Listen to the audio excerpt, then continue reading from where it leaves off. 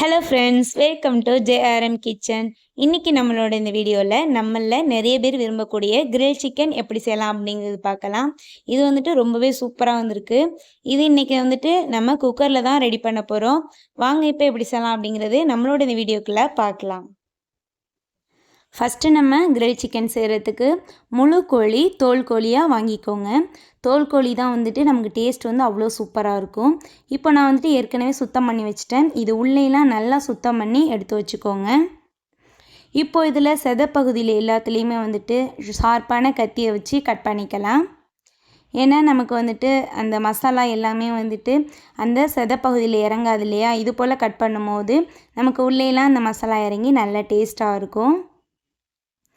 இது போல் நல்லா செதையில் மட்டும் கட் பண்ணணும், போனில் கட் பண்ணிடக்கூடாது.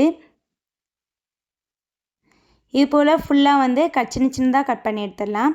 ஒரு அகலமான பாத்திரத்தில் தண்ணி நிறைய எடுத்துக்கோங்க. இதில் கல் உப்பு சேர்த்துக்கலாம். ஒரு எலுமிச்சம்பழம் சாறு சேர்த்துக்கோங்க.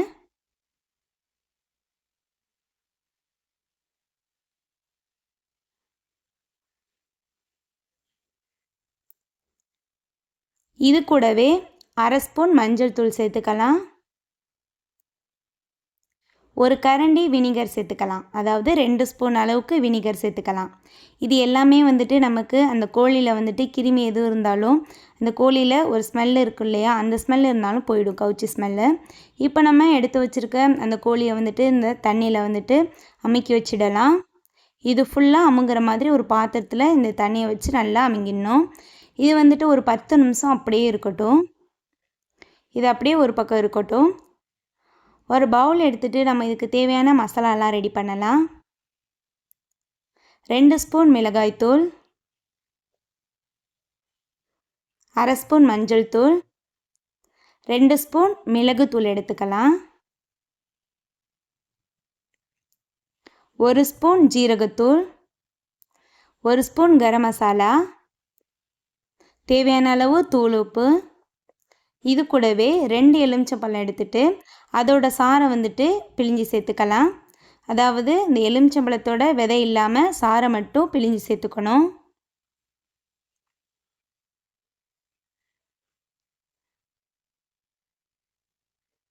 இப்போ இது கூடவே கெட்டியான தயிர் 4 ஸ்பூன் சேர்த்துக்கலாம்.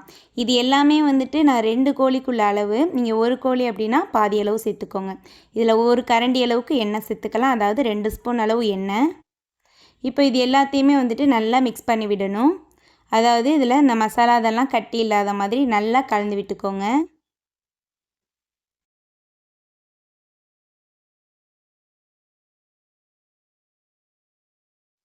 பத்து நிமிஷம் கழித்து இந்த தண்ணியிலேருந்து இந்த கோழியை வெளியே எடுத்துடலாம். ஃபுல்லாக அந்த தண்ணியை ஃபுல்லாக வடிகட்டிட்டு கோழியை மட்டும் எடுத்துப்போம்.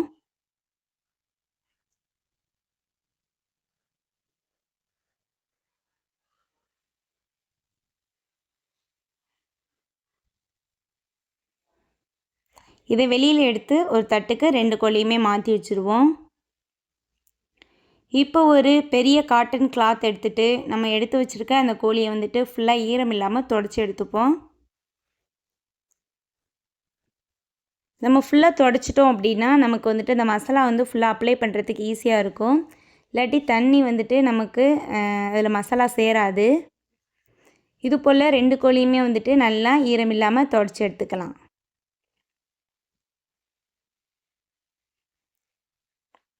இப்போ இதுக்கு நம்ம மசாலா அப்ளை பண்ணிக்கலாம். ஃபஸ்ட்டு நம்ம இதில் உள்ள நல்லா மசாலா அப்ளை பண்ணிவிட்டு அதுக்கப்புறம் வெளிப்பகுதியில் அப்ளை பண்ணிடுவோம். இதில் நம்ம கட் பண்ணியிருக்கோம் இல்லையா? அந்த இடத்துலலாம் நல்லா ஃபுல்லாக மசாலாவை நல்லா அப்ளை பண்ணி விட்டுக்கலாம்.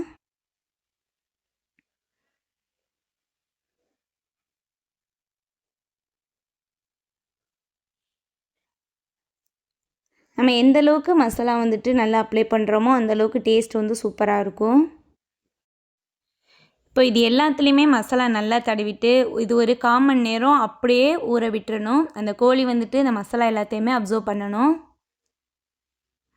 இப்போ இது வேக வைக்கிறதுக்கு 2 குக்கர் எடுத்துக்கலாம். 2 கோழிங்கிறதுனால 2 குக்கரு 2 தட்டு எடுத்துக்கலாம்.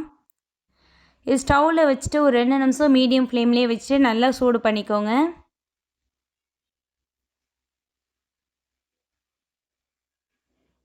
இதுக்கு நம்ம மூடி போடும்போது மூடியில் வந்துட்டு கேஸ்கெட்டும் போடக்கூடாது, அதே போல் வெயிட்டும் போடக்கூடாது.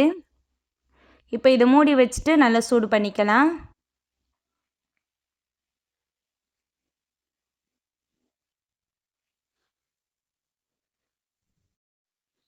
கோழி வந்துட்டு 15 நிமிஷம் நல்லா ஊறினதுக்கு அப்புறம் தான் குக்கர் வந்துட்டு நம்ம அடுப்பில் வச்சுட்டு சூடு பண்ண ஆரம்பிக்கணும். இப்போ நல்லா மசாலா எல்லாமே நல்லா ஊறி ரெடியாக இருக்குது.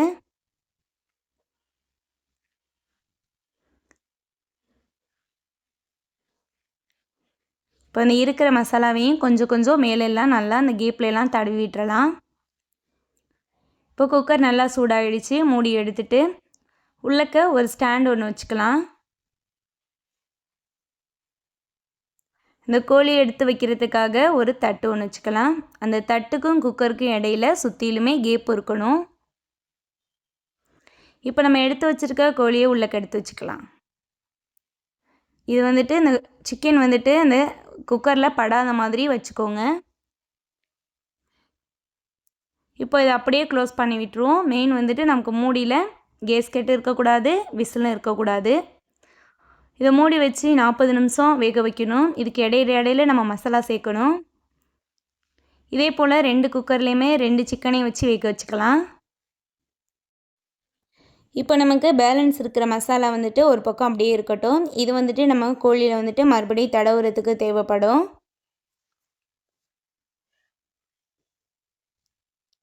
இப்போ குக்கர் வந்துட்டு 10 நிமிஷம் ஆச்சு. ஓப்பன் பண்ணி பார்க்கலாம். வாசம் அவ்வளோ சூப்பராக இருக்குது. நல்லாவே நமக்கு ரெடி ஆகிட்டுருக்கு. நல்லா அழகாக மேலெலாம் செவந்து வந்துட்டுருக்கு. நமக்கு வந்துட்டு இந்த மேலே நல்லா செவந்து வந்துட்டுருக்கும். ஆனால் அந்த கோழியோட கீழ்ப்பகுதி வந்துட்டு தண்ணி நிற்கும். ஏன்னா நம்ம கோழி வந்துட்டு வேக வைக்கும்போது தண்ணி விடும் இல்லையா, அதனால் அந்த கீழேலாம் வந்துட்டு தண்ணி நிற்கும். அதனால் இது போல் திருப்பி விட்டு மேலேயுமே வந்துட்டு நல்லா செவந்து வர்ற மாதிரி நம்ம வேக வைக்கணும். இது 10 நிமிஷம் கழித்து இது போல் திருப்பி விட்டு மேலே இருக்கிற மசாலாவை ஒரு 2 ஸ்பூன் வந்துட்டு சேர்த்து தடவி விட்டுறலாம்.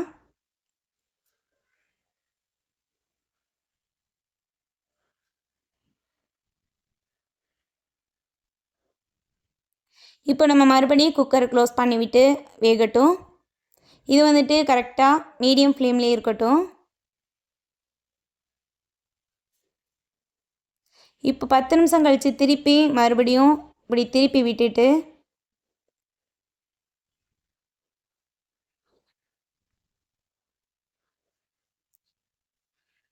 மேலே மறுபடியும் கொஞ்சம் மசாலா வச்சுக்கலாம்.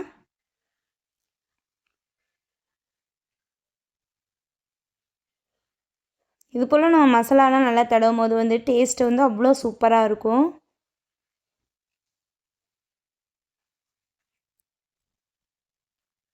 இப்போ க்ளோஸ் பண்ணிவிட்டு இது நல்லா வேகட்டும்.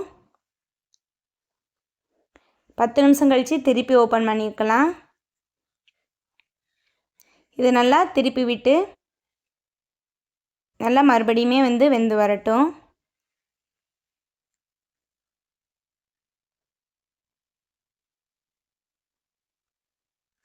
இது வந்துட்டு 40 நிமிஷம் வந்துட்டு மீடியம் ஃப்ளேம்லேயே வச்சுட்டு வேக வைக்கணும். அதாவது ரொம்ப ஹையில் வச்சிடக்கூடாது.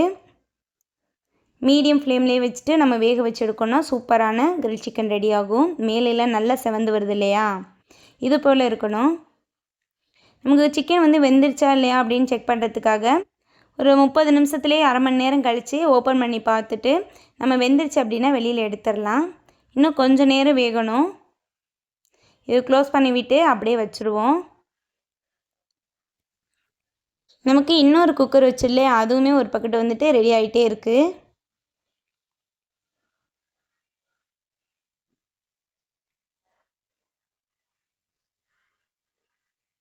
இப்போ கரெக்டாக வந்துட்டு எனக்கு 40வது நிமிஷம் நல்லா சூப்பராக ரெடி ஆகிடுச்சு. இதில் உள்ள தண்ணியெல்லாம் வந்துட்டு நமக்கு அடியில் நிற்கும், அது பிரச்சனை இல்லை.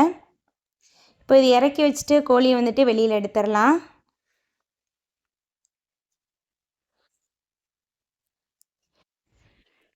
இப்போ கிரில் செய்கிற ஸ்டாண்ட் அடுப்பில் வச்சுக்கலாம். அதில் மேலே வந்துட்டு சிக்கன் வந்து ஒட்டாமல் இருக்கிறதுக்காக எண்ணெய் லைட்டாக தடவி விட்டுக்கலாம். 2 பக்கெட்டுமே வந்து எண்ணெய் தடவிப்போம். இப்போ நம்ம அடுப்பை வந்துட்டு சிம்மில் வச்சுட்டு நம்ம எடுத்து வச்சுருக்க கோழியை மேலே வச்சு அழகாக க்ரில் பண்ணி எடுக்கணும். இதில் மேலே வந்து லைட்டாக எண்ணெய் தடவிக்கோங்க. இன்னும் நமக்கு வந்துட்டு அந்த தோல் வந்துட்டு நல்லா கிறிஸ்பியாக கிடைக்கும். சும்மா லைட்டாக இது போல் தடவி விட்டால் போதும். இது ஒரு 5 நிமிஷம் வரைக்குமே இது போல் திருப்பி திருப்பி விட்டு நல்லா சுட்டு எடுக்கணும். அவ்வளோ சூப்பராக ரெடி ஆகிட்டுருக்கு.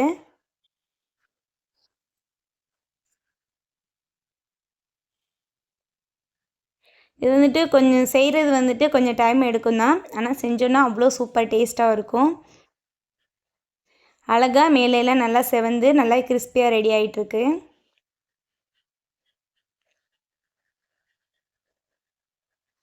நீங்கள் வந்துட்டு முழுசாக வேக வைக்க வேணாம் அப்படின்னா இது போல் பீஸ் போட்டு கூட வேக வச்சு எடுத்துக்கலாம். நம்ம எடுத்து சாப்பிட்றதுக்கு நல்லா ஈஸியாக இருக்கும். இந்த வீடியோ உங்களுக்கு யூஸ்ஃபுல்லாக இருக்கும்னு நினச்சிங்கன்னா மறக்காமல் நம்மளோட இந்த சேனலை சப்ஸ்கிரைப் பண்ணி வச்சுக்கோங்க. அப்போது தான் என்னோடய எல்லா வீடியோ உங்களுக்கு நோட்டிஃபிகேஷன் வரும். அடுத்த வீடியோவில் வேறு ஒரு சூப்பரான ரெசிபியோடு உங்களை மீட் பண்ணுறேன். தேங்க்யூ.